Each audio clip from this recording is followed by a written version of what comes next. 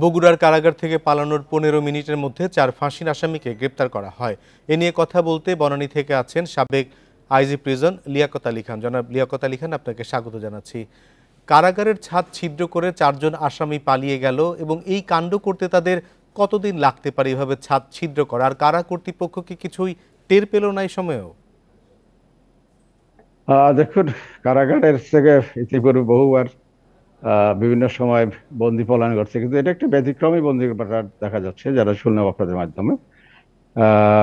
Condemn প্রিজনে বিশেষ করে ফাঁসির দণ্ডপ্রাপ্ত বন্দীদের যে অবস্থা রাখা হয় সেই অবস্থা থেকে পালানো এটা অত্যন্ত দুষ্কর ব্যাপার। এবং যেটা দেখলাম যে ছাদ ছিদ্রি করা, এইটাও তো অত্যন্ত কঠিন কাজ, যেটা মানে অনেকটাই অসম্ভব বলে মনে হয় আমার অন্তত অভিজ্ঞতায়। কারণ কারা প্রশাসন পরিচালনায় জেল কোডে যেরকম দায়িত্ব বন্টন করা আছে, সেই দায়িত্ব যদি যথাযথ কেউ পালন না করে তাহলেই বন্দীরা কেমন পালন করার সুযোগ পায়, পলায়নের স্কোপ নিতে পারে। যেমন ধরুন, কন্ডেম প্রিজনে যারা ফাঁসির দণ্ডপ্রাপ্ত বন্দীদেরকে আপনার রাখার নিয়ম অনুযায়ী তাকে সার্বক্ষণিক একজন কারারক্ষীর পহরায় রাখতে হবে। প্রতি 3 ঘন্টায় অন্তর অন্তর একজন কারারক্ষী চেঞ্জ হয় সেলের ডিউটিগুলায়।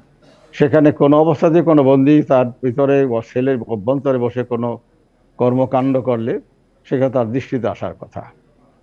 এবং এই ছাদের উপরে ছাদটা তো নিশ্চয়ই নিচু নয়, ছাদটা তো অনেক উচ্চতা অবস্থিত। সেই উচ্চতায় একটা ওয়েপন্স দিয়ে, যেটা শুনলাম যে স্ক্রু ড্রাইভারের সাহায্যে সেটাই কাজ করে করছে, সেটা একদিনে হওয়ার কথা না, বেশ কয়েকদিন সময় লাগার কথা।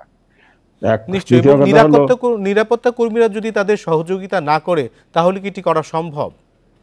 সহযোগিতার চাইতে আমার মনে হয় অবহেলাটাই বেশি। সহযোগিতা করাটা একটু টাফ, কারণ একজন তো ডিউটি করে না, ডে বাই ডে দীর্ঘদিন সে চেষ্টা করছে, চেষ্টার পরেই সে সফলতা অর্জন করে।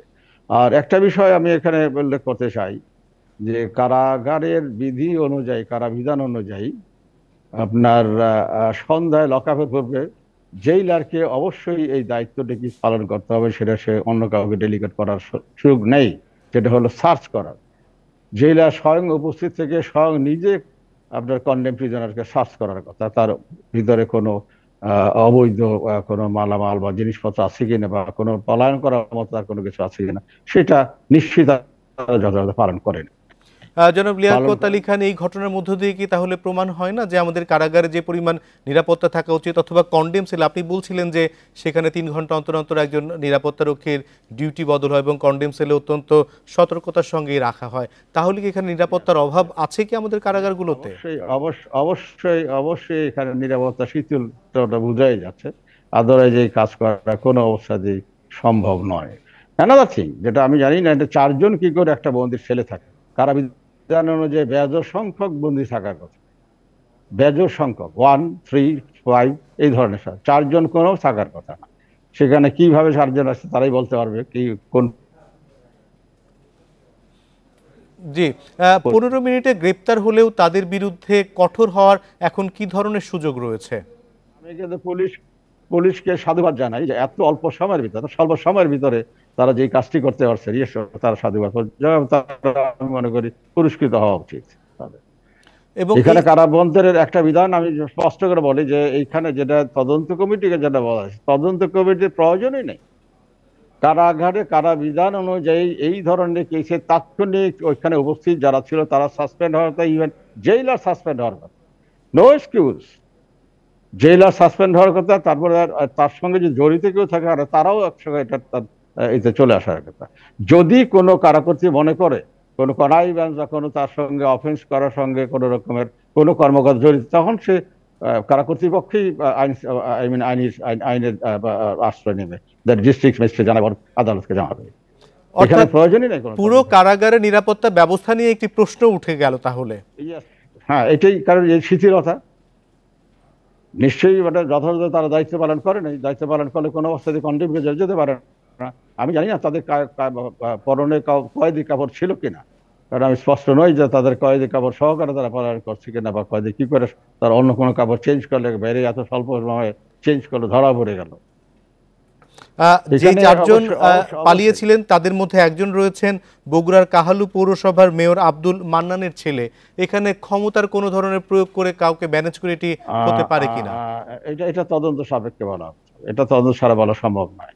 তবে তাৎক্ষণিক এটা উপস্থিত যেটা দেখা যাচ্ছে সেটা হলো যে অবশ্যই এখানে শিথিলতা ছিল, দায়িত্বে যারা ছিল তারা শিথিল ছিল।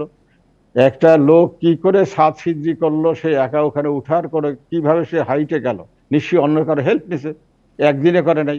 তাহলে ওই সে কারারক্ষীটা কি দায়িত্ব পালন করলো, এবং এই উইপন্সটা যেটা সে রাখলো সেটা জেলার কি সার্চ করলো, তাহলে স্পষ্ট বোঝা যাচ্ছে যে এখানে শিথিলতার কারণে তারা সুযোগটি নেওয়ার চিন্তা ভাবনা করছে। নিশ্চয়ই এটা স্পষ্ট। এরা তো প্রত্যেকেই মৃত্যুদণ্ডপ্রাপ্ত আসামি, এখন তারা যখন পালিয়ে গেল, তারা আরেকটু অপরাধ করলো, তাদের কি শাস্তি তাহলে আরো বেড়ে যাবে, বা তাদের বিরুদ্ধে এখন কি ধরনের ব্যবস্থা নেওয়া হবে? পলায়নের জন্য আরেকটা মামলা হবে তাদের এগেনস্টে, সেই মামলায় শাস্তি হবে।